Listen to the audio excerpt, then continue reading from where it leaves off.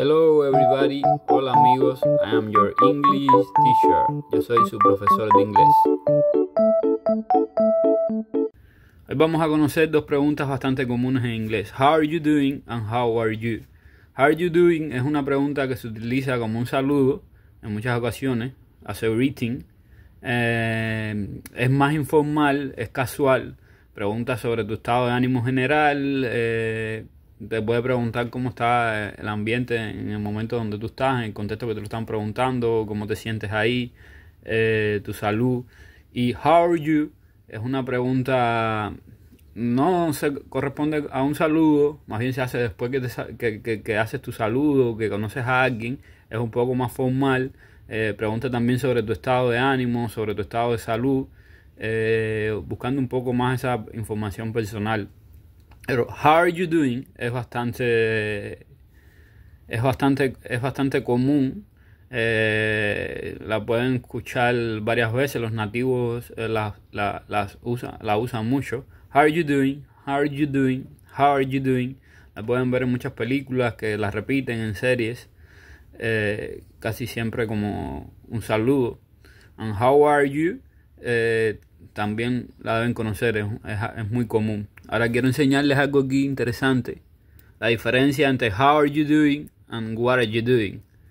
How are you doing, como ven delante tienen el WH how, que significa cómo. El verbo to be, recuerden que les dije que siempre el verbo to be delante del pronombre personal para que fuera una pregunta. How are you doing? How are you doing? Esta es la estructura de una pregunta con un WH. Esto es un WH, esto es un WH. How, que significa cómo, y what, que significa qué. Cuando tú haces una pregunta con un WH, el WH va primero, después verbo to be. El verbo to be, que cada vez que preguntas siempre va delante del pronombre personal. How are you doing? How are you doing? Y sigue siendo how are you doing, ¿cómo te sientes? Esta pregunta no se puede traducir literalmente, porque si se traduce literalmente no va a tener ningún sentido si la pensamos en español como debería ser. Hay que verla de una manera idiomática. How are you doing? How are you doing? Que significa simplemente cómo estás. Y what are you doing, que tiene el what, el WH delante, es ¿qué estás haciendo? ¿Qué estás haciendo? Significa la acción, a lo que estás haciendo en ese momento. What are you doing? What are you doing? What are you doing? Si a mí me preguntan, how are you doing?